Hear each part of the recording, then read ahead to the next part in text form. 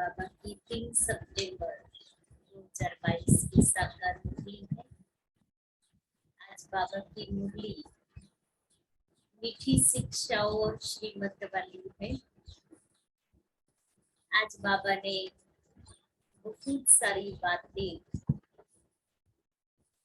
हम बच्चों को सिखाई है, जिसका सार कहे कि अभी नहीं तो कभी नहीं, नाउ और नेवर। जो करेगा सो पाएगा, और जो करना है अभी ही करना है। और मम्मा का ये स्लोगन याद रखना है कि मेरी हर घड़ी अंतिम घड़ी है, क्योंकि आज बाबा हम बच्चों को बार बार ये बात पर अटेंशन दिला रहे हैं कि किसी के भी नाम रूप में नहीं फंसो, एक बाप को ही याद करो, क्योंकि एक बाप ही ऐसा है जो हम बच्चों को संपन्न बनाता है। दूसरी बात बाबा ने कही कि बाबा जो मुरली सुनाते हैं ब्रह्मा के द्वारा, जो छप करके हमारे पास आती है, उस मुरली का रिगार्ड रखना है, वो मुरली मिस नहीं करनी है। और बहुत दिनों से बाबा दे अभिमान के ऊपर हमें अटेंशन दिलाते हैं कि दे अभिमान को निकाल कर देही अभिमानी बनो। और सबसे बड़ी बात आज बाबा ने कही, तुम बच्चों को पुण्य का खाता जमा करने के लिए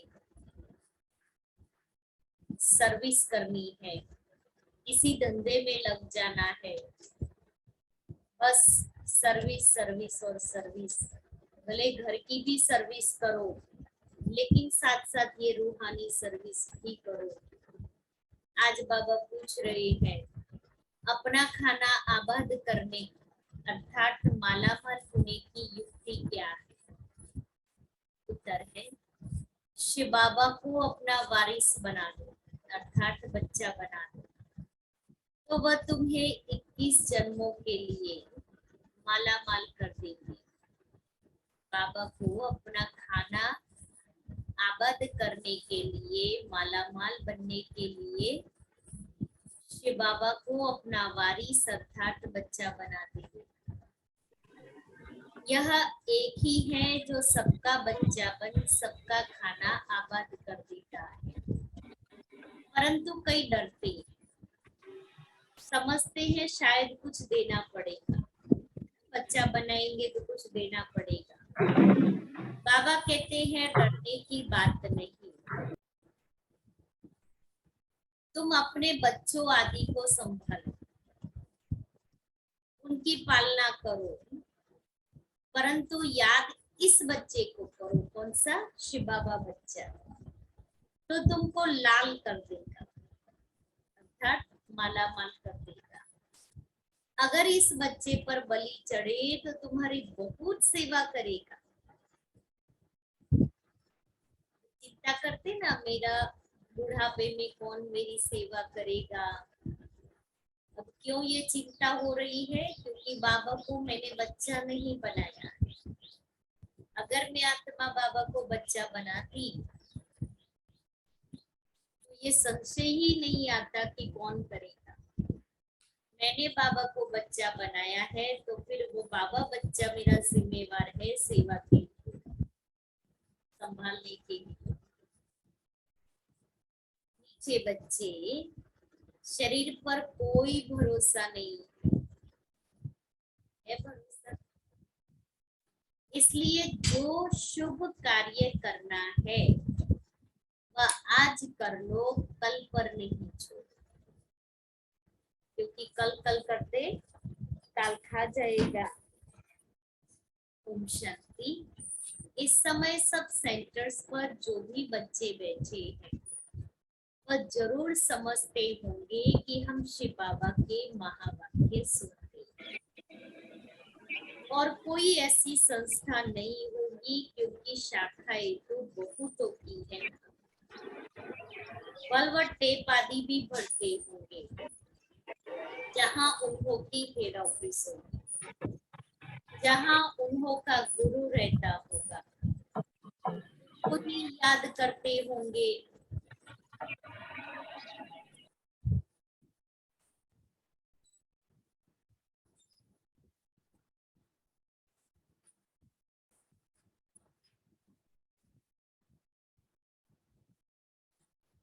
निराकार परमपिता परमात्मा को तुम्हारे सिवाय कोई भी याद नहीं करती है। इस संगम समय पर ही पारलौकिक बाप आते हैं, बच्चों को बैठ परिचय देते हैं और बच्चे निश्चय बुद्धि हो उसी धुन में रहते हैं। परमपिता परमात्मा इस समय ही मुरली चलाते हैं, संगम के समय पर, और दूसरा सुबह में। शास्त्रों में भी है कि कृष्ण मधुबन में मुरली बजाते हैं।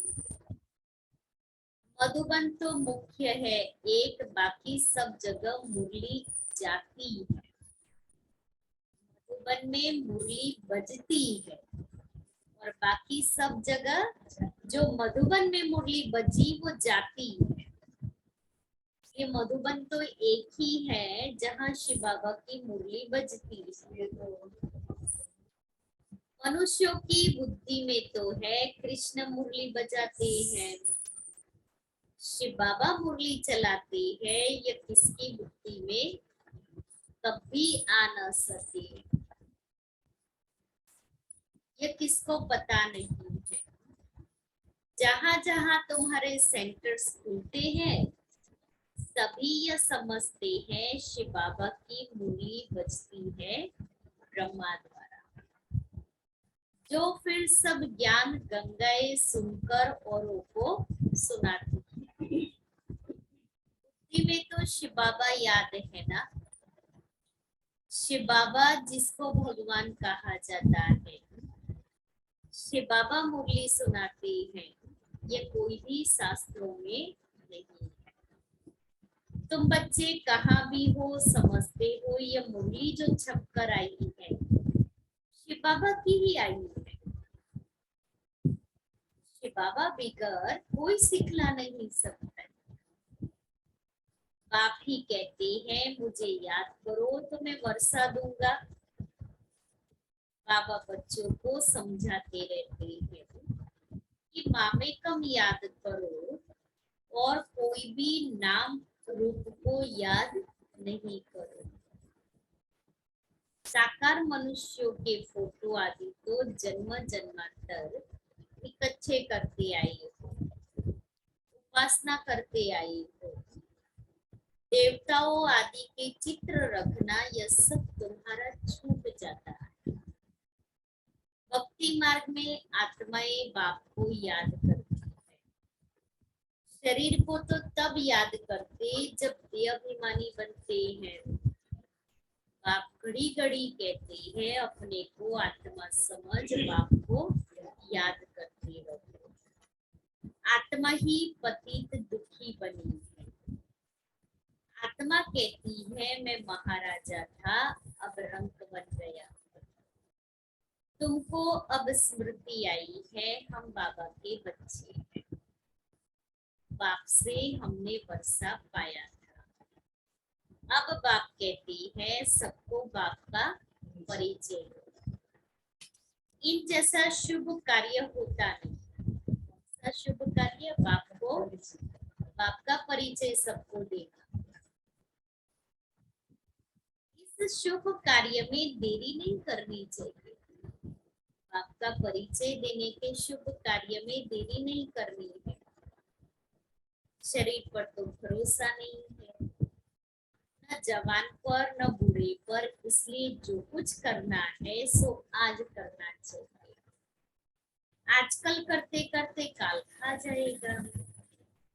बाप ने कितनी बड़ी हॉस्पिटल कम यूनिवर्सिटी खोली है जिससे हेल्थ वेल्थ हैप्पीनेस मिलती है। हेल्थ वेल्थ है तो हैप्पी है ही है। निरोगी काया है, धन है तो मनुष्य सुखी है। तो बाप कहते हैं जिसको शुभ कार्य करना है कर लो। सिर्फ 3 पैर पृथ्वी लेकर यह हॉस्पिटल खोलो, तो फिर कल कल करते काल खा जाएगा। सबको बाप का परिचय दो। बाप स्वर्ग का रचयिता है तो जरूर बाप से स्वर्ग का वर्षा मिलना चाहिए। भारतवासियों को वर्षा था ना। इन बातों को भारतवासी सहज समझ सकेंगे। भगवान को ढूंढने के लिए मंदिर है। आर्य समाजी लोग तो देवताओं को मानते ही नहीं, इसलिए समझते हैं ये चित्र आदि जो बनाए हैं यह सब पाखंड है। विघ्न तो खुद पढ़ते रहेंगे, समझाना तो बड़ा सहज है। बाप का फरमान, सा फरमान है बाप का परिचय।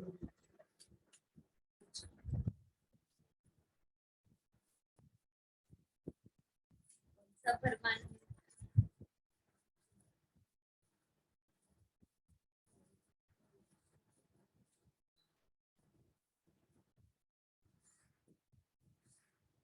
बाप का फरमान है जल्दी मेरे साथ सगाई तो कर दो।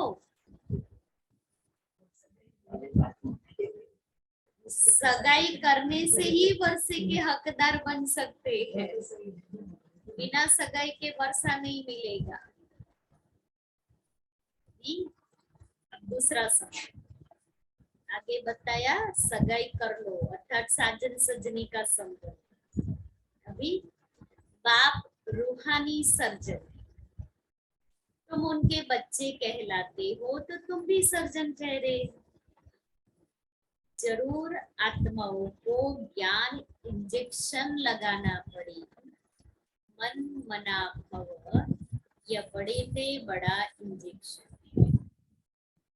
अमृत वेले की किताब है ना, उसमें पहले या दूसरे पेज में ही बाबा ने ये ज्ञान इंजेक्शन की बात बताई है कि अमृत वेले उठते हो, उठ करके बाबा के सामने बैठते हो और बाबा तो ज्ञान का इंजेक्शन लगाता है, लेकिन प्राप्ति का अनुभव नहीं होता है, शक्तियों का अनुभव नहीं होता है, तो समझो कि इंजेक्शन ने बराबर काम नहीं किया। इसका कारण क्या है? एक है नियम प्रमाण बैठ जाएंगे, कई हठ से बैठ जाएंगे, कई योग लगाने की कोशिश करेंगे। तो ज्ञान का इंजेक्शन जब बैठते हो तो ऐसे बैठो जो ज्ञान इंजेक्शन अपना काम करता जाए, और वो ज्ञान इंजेक्शन है मन मना। बाबा की याद से ही सब दुख दूर हो जाते हैं। मोस्ट इम्पोर्टेंट, बाबा की याद से ही सब दुख दूर हो जाते हैं। अब मैं ऐसे बाबा को याद करती हूँ जो मेरे सारे दुख दूर हो जाए, मेरी याद ऐसी है। बाबा तो आया ही है दुख हरने के लिए, लेकिन मुझे याद तो करना पड़ेगा। बिगर याद के तो दुख हरने वाले नहीं है। योग से पुण्य आत्मा बन जाती हो, ये एक ही दवाई है योग की। बच्चा जन्मता है, बाप की गोद में जाता है और वर्षे का मालिक बन जाता है। तुमको अभी पता है कि हम बेहद के बाप से वर्षा लेते हैं याद से। याद में ही अनेक प्रकार के विघ्न पड़ते हैं, इसलिए याद को पक्का करते जाओ। सिर्फ 3 पैर पृथ्वी के लेकर यह हॉस्पिटल, ये 3 पैर है ना, नहीं तो ऐसी ऊंच कॉलेज के लिए तो 50-60 एकड़ जमीन होनी चाहिए, जहां बहुत मनुष्य आकर पढ़े, ज्ञान इंजेक्शन लगाते जाए। गायन भी है ना, 3 पैर पृथ्वी के नहीं मिले थे और फिर विश्व के मालिक बन गए। महाभारत में दिखाते हैं, पांडवों को 3 पैर पृथ्वी दुर्योधन नहीं दे रहा था। फिर महाभारत का युद्ध हुआ, धर्म और अधर्म के बीच में, और धर्म की विजय हुई, तो विश्व के मालिक बन गए। तो बाबा कहता ये तुम्हारी ही यादगार है।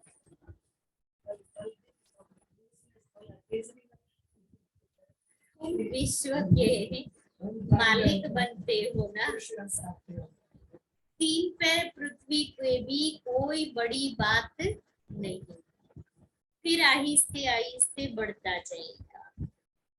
फाउंडेशन लगाया तो कितने सेंटर्स खुल गए, आहिस्ते आहिस्ते करते कितने सेंटर्स खुलते गए, कितने कौड़ी जैसे से हीरे जैसा बनते हैं। सेंटर खुलते गए तो वहां मनुष्य आकर के अपने जीवन को कौड़ी से हीरे जैसा बनाते हैं। करने वाले को ही बहुत फायदा है, बहुतों के कल्याण के लिए ही।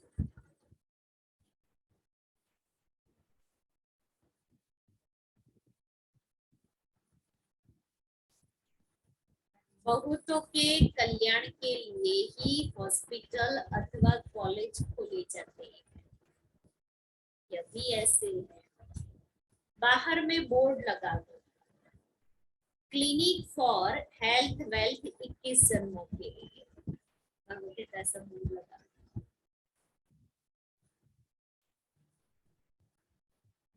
हिंदी में कहेंगे 100% पवित्रता सुख शांति का चिकित्सालय, 100% पवित्रता सुख शांति का चिकित्सालय। परंतु फिर परंतु आ जाता है, बच्चों में सर्विस करने का शौक नहीं।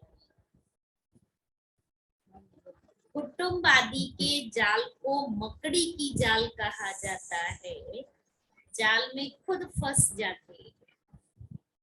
नहीं तो जहां तहां सर्विस के लिए भागना चाहिए, आज इधर सर्विस करे, कल उधर कोई प्रोग्राम बनाए। बाप सत्युग में ऐसे नहीं कहेंगे, बाप आकर रावण रूपी मकड़ी की जाल से निकालती है। सत्युग में ऐसे नहीं कहेंगे, यहाँ भी आप ही अपनी जाल में फंस मरते हैं। यह है ही रावण का राज्य, कितनी बड़ी बड़ी रावण की जाल है सारी सृष्टि। सभी शोक वाटिका में बैठे, इस रावण की जाल में सब साधु संत आदि फंसे हुए हैं। अब बाप कहते हैं इन सब को भूल अपने को आत्मा निश्चय करो और सबको यही रास्ता बताते रहो। यह सृष्टि चक्र का राज दूसरा कोई बता नहीं सकते। बाप कहते हैं इन सब को छोड़ मामेकम याद करो, याद से ही तुम्हारे सब पाप मिट जाएंगे। शुभ कार्य में देरी नहीं करनी चाहिए। मिसाल भी देते, देरी करते करते मर जाते हैं, फिर भोग पर जब वह आत्मा आती है तो फिर बहुत रोती है, फिर बोला जाता है देखो तुमने देरी की, आजकल करते करते काल खा गया, ये आज करेंगे कल करेंगे, ये त्योहार आएगा तो करेंगे, करेंगे, मेरी बर्थडे आएगी तो करेंगे। लोगों के अंदर ये संकल्प होते ना, अभी कल का क्या भरोसा है। बाबा कहते कल कल करते काल खा जाएगा, इससे इसलिए शुभ कार्य में देरी नहीं करनी। अब ज्ञान तो उठा नहीं सकते हैं, ऐसे ऐसे उल्हाना दिया जाता है। बहुत बच्चे ख्याल करते हैं, अच्छा कल यह करेंगे, लिंगर ऑन करेंगे, पोस्टपोन करेंगे, फिर मर जाते हैं। इसलिए समझाया जाता है ममत्व छोड़ दो। लौकिक संबंधी तुम्हारा कोई कल्याण करने वाले नहीं है, जिसके पीछे भागते रहते हैं।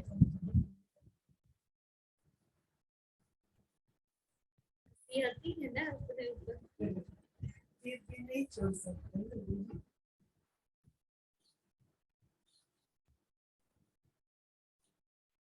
निभाना है, लेकिन उनके पिछाड़ी ही हमारा समय और शक्ति चला जाए वो नहीं हो।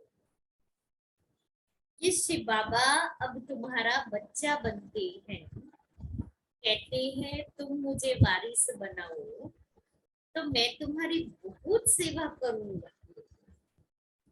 देखो, इसलिए बाबा पूछते भी हैं आपको कितने बच्चे हैं।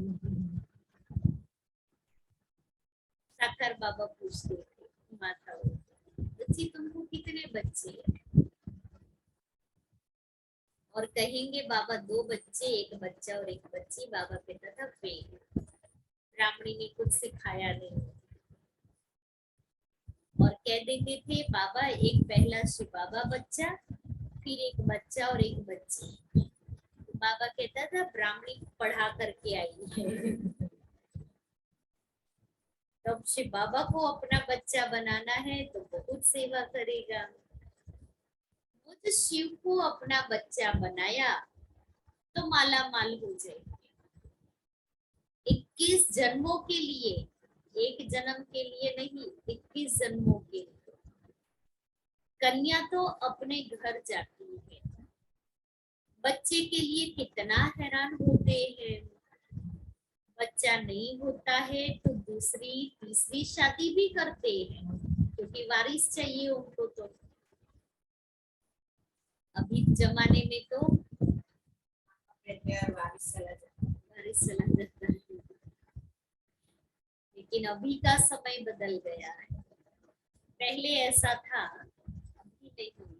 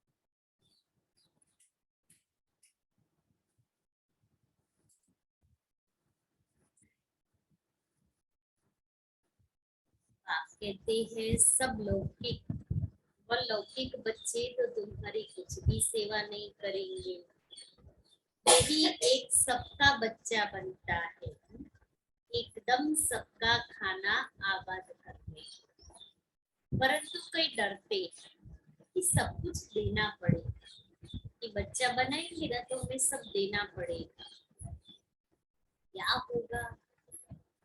आप कहते हैं अपने बच्चों आदि की पालना तो करनी ही है। बाबा ने ये थोड़ी कहा है कि लौकिक बच्चों की पालना नहीं करो, ये तो करना ही है, परंतु याद इस बच्चे को करना है। इसमें शिव बाबा थे तो शिव बाबा को याद करना है। यह तो तुमको लाल कर देगा, काशी के मंदिर में जाकर बलि चढ़ती है। समझते हैं शिव पर बलि चढ़ने से जीवन मुक्ति मिलती है, वास्तव में बात यहाँ की है। कहाँ की बात कहाँ ले गए हैं। अगर तुम इस बच्चे पर बलि चढ़े, शिव बाबा बच्चे पर, तो ये तुम्हारी बहुत सेवा करेंगे, स्वर्ग में महल दे देंगे, वह बच्चा तो कुछ भी नहीं करेगा, लेकिन सारा मोह सब कुछ उसी बच्चे को ही देना है। बाबा कहता वो तो करके ब्राह्मण आदि खिलाएंगे, शरीर छोड़ने के बाद ब्राह्मण खिलाएंगे, ब्राह्मणों को खिलाएंगे, थोड़ा सा दान पुण्य करेंगे। मनुष्य दान पुण्य आदि जो करते हैं सो अपने लिए ही करते हैं, तो यह हॉस्पिटल खोलना कितना पुण्य है। शाहूकार लोग तो 10-15 हॉस्पिटल खोल सकते हैं, क्योंकि धन है, खोल सकते हैं।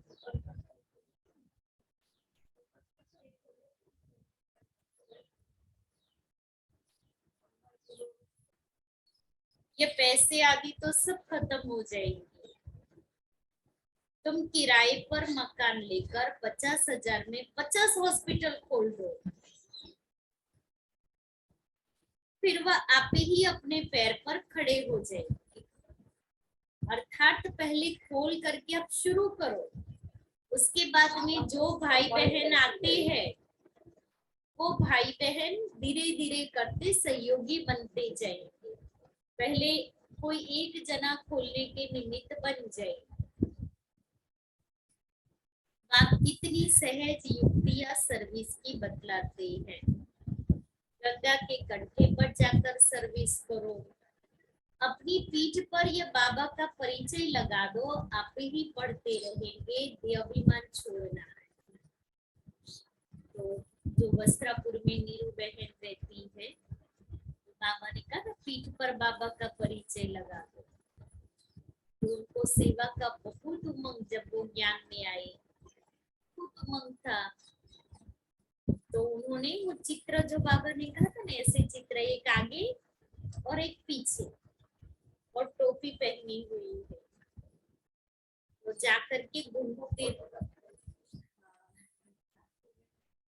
तो वो जहां भी जाते थे वो चित्र पर समझाते थे, तो आगे पीछे वो चित्र पहन लिया था उन्होंने। शायद सीढ़ी का चित्र था, मेरे को इतना याद नहीं है कौन सा चित्र लटकाया, पर बहुत नशा था। तो ऐसे सेवा करते थे। और एक भाई है जो इस तरह से साइकिल पर गांव-गांव में जाकर के चित्र साइकिल पर लटकाए हुए हैं और गांव-गांव में जाकर के सेवा करते हैं। और कोरोना काल में एक बाबा का बच्चा साइकिल पर सैनिटाइज हर घर में करते थे ना, तो वो फ्री ऑफ चार्ज वो सैनिटाइज का बोतल वो सब साइकिल पर लेके जाता था, बाबा का झंडा और 1-2 चित्र भी लगाए हुए थे, और घर घर जाकर के सैनिटाइज करके आते थे। तो उनका नोटिस हुई ये बात, और ये न्यूज नेशनल न्यूज में आया था।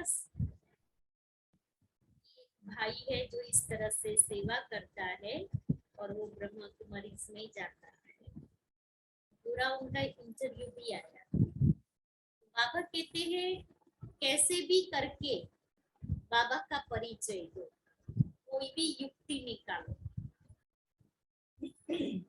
तो पीठ पर बाबा या बाबा का परिचय लगा दो, आप ही पढ़ते रहेंगे, ये अभिमान छोड़ना है।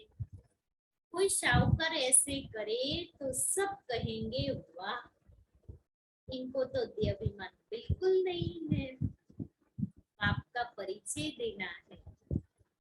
बाप स्वर्ग का रचयिता है, फिर हम नरक में क्यों पड़े हैं?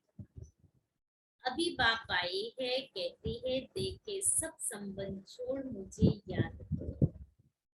भारत स्वर्ग से नरक कैसे बना?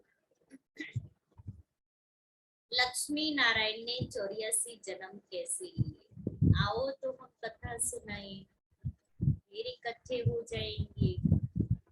पतित पावनी गंगा को भी कहते हैं तो जमुना को भी कहते हैं। अच्छा, गंगा पतित पावनी है तो एक को पकड़ो ना। अब तुम बच्चों ने ड्रामा को जाना है तो फिर समझाना है। अगर औरों को रोशनी नहीं देंगे तो कौन कहेगा कि इनकी बुद्धि में रोशनी है? सर्जन इंजेक्शन लगा न सके तो उनको सर्जन कौन कहेगा? तुम बच्चों को सारी रोशनी मिली है। 84 जन्मों का रास बुद्धि में है। तुम इस ड्रामा को और एक्टर्स की एक्ट को जानते हो। ऊंचे के ऊंच एक्ट है बाप की। बच्चों के साथ पार्ट बजाते हैं। तुम भारत को स्वर्ग बनाते हो, परंतु वो गुप्त incognito non violence Shiv Shakti सेना, उनकी सब बातें जिस्मानी है। कितने कुंभ के मेले में जाते हैं, यहाँ जिस्मानी कोई बात नहीं। तुम उठते बैठते चलते यात्रा करो, याद से तुम पावन बनते हो। बाबा कहते हैं तुम कर्म करते समय भी शिव बाबा को याद करो। वह फिर कह देते सब में परमात्मा है। फर्क हो गया ना? बाप कहते हैं जहां भी बैठो मुझे याद करो। फिर सर्विस भी करनी चाहिए। मंदिरों में बहुत भक्त जाते हैं, बस ये चित्र पीठ पर लगा दो, बाप का परिचय देते रहो, कोई आवश्यकता नहीं। पीठ पर चित्र लग गया, आप जहां जहां चलेंगे लोग आपको पूछेंगे। युक्तियां तो बहुत बतलाते हैं, स्मशान में जाकर समझाओ। निराकार बाप की महिमा और श्री कृष्ण की महिमा। अब बताओ गीता का भगवान कौन? साथ में चित्र भी। सर्विस तुम बहुत कर सकते हो, फीमेल करे व कोई कुमारी करे तो अहो सौभाग्य। कन्या तो सबसे अच्छी। कन्याओं का कन्हैया बाप है निराकार। कन्हैया कृष्ण नहीं था, या बाप। बाप को ख्याल आता है कि बच्चों को कैसे सिखाओ। कल्प पहले भी ड्रामा अनुसार ऐसे ही समझाया था, फिर आज समझाता। तो तुमको भी अंधों की लाठी बनना चाहिए। जिन बच्चों को परिचय मिलता है वो फिर औरों को ले आते हैं, इसका भी पुण्य होता है। अपने पास हिसाब रखो, जितना करेंगे फल तो मिलेगा ना। कोई को ले आते हैं तो उनका भी बहुत कल्याण हो जाता है। इस धंधे में बच्चों का बहुत अटेंशन चाहिए। सर्विस नहीं करेंगे तो मिलेगा क्या? सर्विस, सर्विस और सर्विस। तो कहते भी हो हम गॉड की सर्विस कर रहे हैं। घर की सर्विस भी भल करो, लेकिन घर के साथ साथ गॉड की भी सर्विस करो। बाप शिक्षा देते हैं बच्चों को कभी विकार में नहीं जाना, विकार में जाने नहीं देना। अगर वह तुम्हारी आज्ञा नहीं मानते हैं तो जैसे नाफरमान बरदार ठहरे। अगर उसको धन दिया, उसने उससे पाप कर लिया तो उसका दंड तुम्हारे सिर पर आ जाएगा। बाबा तो राय देते हैं ना, परंतु बहुत है जो करके पीछे बताते, पहले नहीं बताएंगे। तो बच्चों को सर्विस के लिए अनेक प्रकार की युक्तियां बताते हैं। तो बच्चों को यही धंधा करना है। ट्रेन में भी यही सर्विस करते रहो तो बाप भी खुश होगा और भविष्य 21 जन्मों के लिए सदा सुख का वर्षा मिल जाएगा। अच्छा, मीठे मीठे सिद्धि लेते बच्चों प्रति माता पिता बाप दादा का याद प्यार और गुड मॉर्निंग। रूहानी बाप की रूहानी बच्चों को नमस्ते। हम रूहानी बच्चों की याद प्यार गुड मॉर्निंग और नमस्ते। सामने पहला, माया ने जो बहुत बड़ी जाल बिछाई है,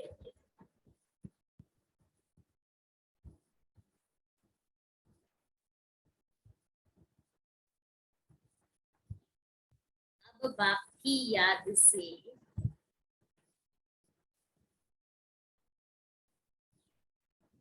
उस जाल से निकलना है।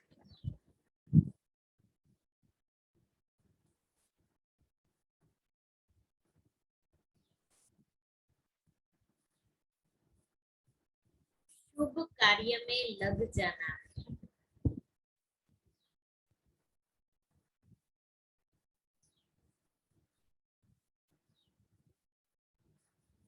किसी देहदारी के जाल में नहीं फंसना है।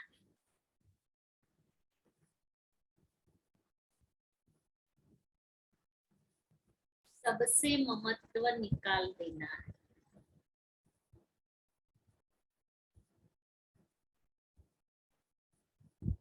दूसरा है, ज्ञान की जो रोशनी मिली है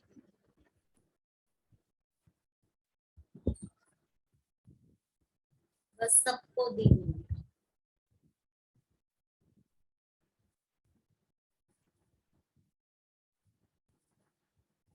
ये अभिमान को छोड़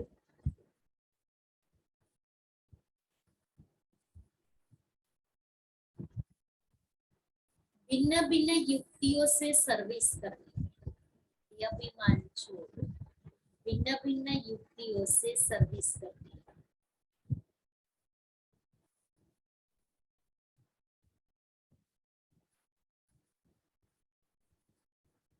अंधों की लाठी बनना है। वरदान है,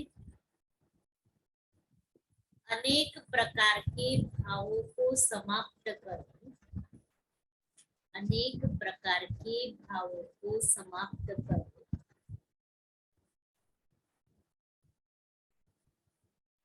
आत्मिक भाव को धारण करने वाले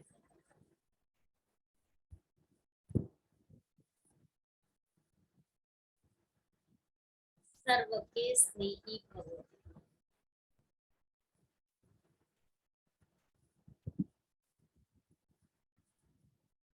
देवभान में रहने से अनेक प्रकार के भाव उत्पन्न होते हैं। कभी कोई अच्छा लगेगा तो कभी कोई बुरा लगेगा। देवभान में है। आत्मा रूप में देखने से रूहानी प्यार पैदा होगा। आत्मिक भाव, आत्मिक दृष्टि, आत्मिक वृत्ति में रहने से हरेक के संबंध में आते हुए अति न्यारे और प्यारे रहेंगे। तो चलते फिरते अभ्यास करो, मैं आत्मा हूँ। इससे अनेक प्रकार के भाव स्वभाव समाप्त हो जाएंगे और सबके स्नेही स्वतः बन जाएंगे। जिसके पास उमंग उत्साह के पंख है,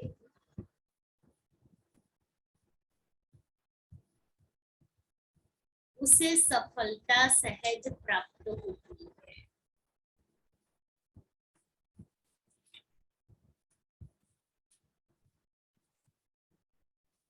आज का सम्मान है, मैं मास्टर मर्यादा पुरुषोत्तम हूँ।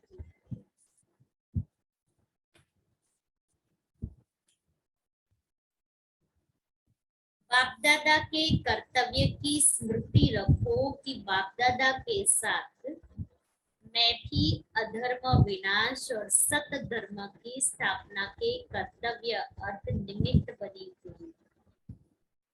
जो अधर्म के विनाश अर्थ निमित्त है, वह स्वयं फिर अधर्म का कार्य व दैवी मर्यादा को तोड़ने का कर्तव्य कैसे कर सकते हैं। मैं मास्टर मर्यादा पुरुषोत्तम हूँ, तो मर्यादाओं को तोड़ नहीं सकता। ऐसी स्मृति रखने से समान और संपूर्ण स्थिति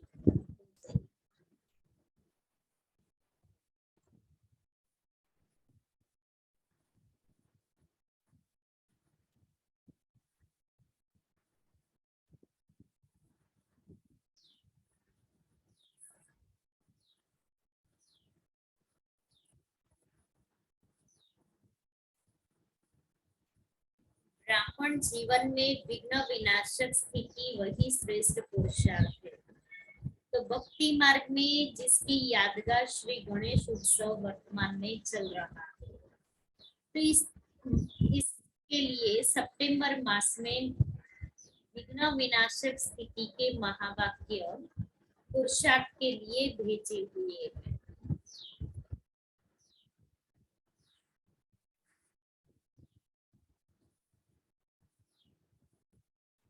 जिसमें पहले दो भी सुना देते हैं। यज्ञ में सबसे बड़ा विघ्न है बच्चों का मैंपन और मेरापन। मैंने यह किया, मैं ही यह कर सकता हूँ, यह मैंपन आना, इसको कहा जाता है ज्ञान का अभिमान। बुद्धि का अभिमान, सर्विस का अभिमान। दूसरा मेरापन, अर्थात मेरा शरीर, मेरा संबंध या मेरापन भी बहुत विघ्न डालता है। तीसरा, अपने पुराने स्वभाव और संस्कार जो कभी कभी नए जीवन में इमर्ज हो जाते हैं, फिर वो अपना कमजोर संस्कार दूसरे के संस्कार से टक्कर खाता है। यह पुराने संस्कार की कमजोरी विशेष लक्ष्य तक पहुंचने में विघ्न रूप बनती है। और आज का सर्विस में कोई ना कोई प्रकार का विघ्न व टेंशन आने का कारण है स्वयं और सेवा का बैलेंस नहीं। स्वयं पर अटेंशन कम हो जाने के कारण सर्विस में कोई ना कोई प्रकार का विघ्न आता है।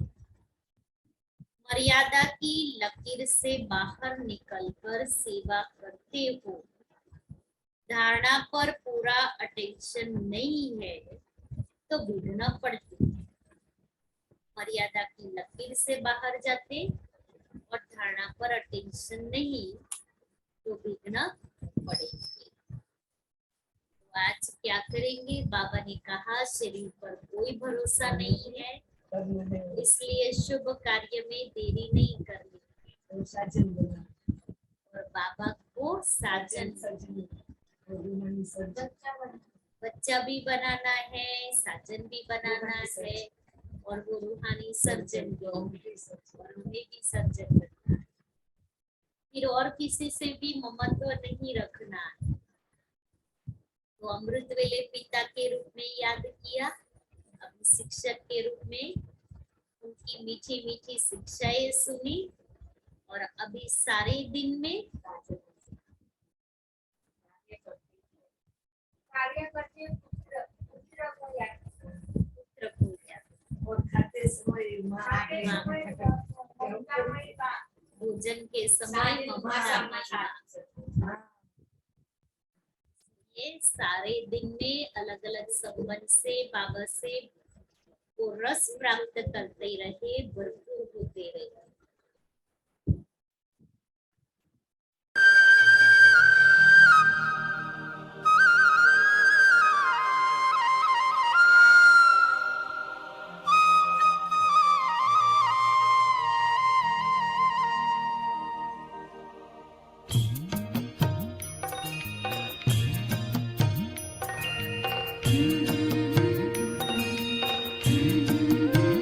मुरली की धुन सुन कर के मन हर्षाए, हो सुन कर के मन हर्षाए। बाबा तेरी मीठी मुरली की धुन सुन कर के मन हर्षाए, हो सुन कर के मन हर्षाए। रास रचाए साथ तुम्हारे, रास रचाए साथ तुम्हारे, झूम झूम दिल ये गाए, हो झूम झूम दिल ये गाए। बाबा तेरी मीठी मुरली की धुन सुन कर के मन हर्षाए, हो सुन कर के मन हर्षाए।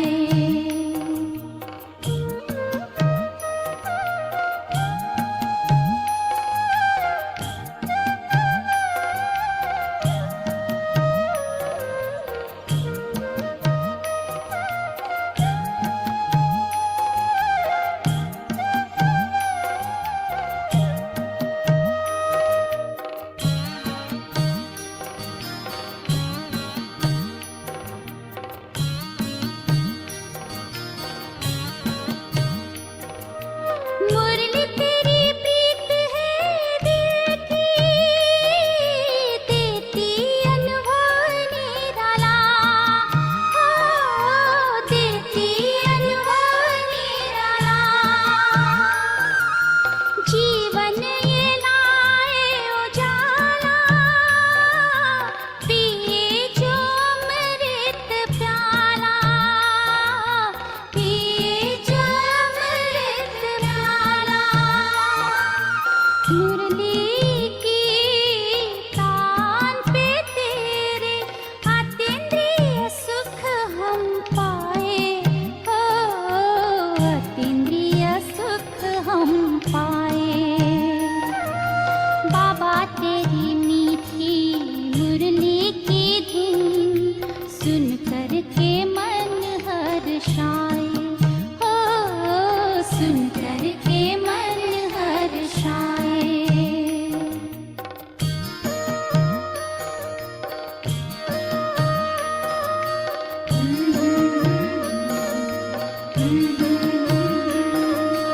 बाबा तेरी मीठी मुरली में प्रेम की गंगा बहती है। उड़ चले आओ वतन में, मीठे स्वर में कहती है। वरदान शक्तियाँ दे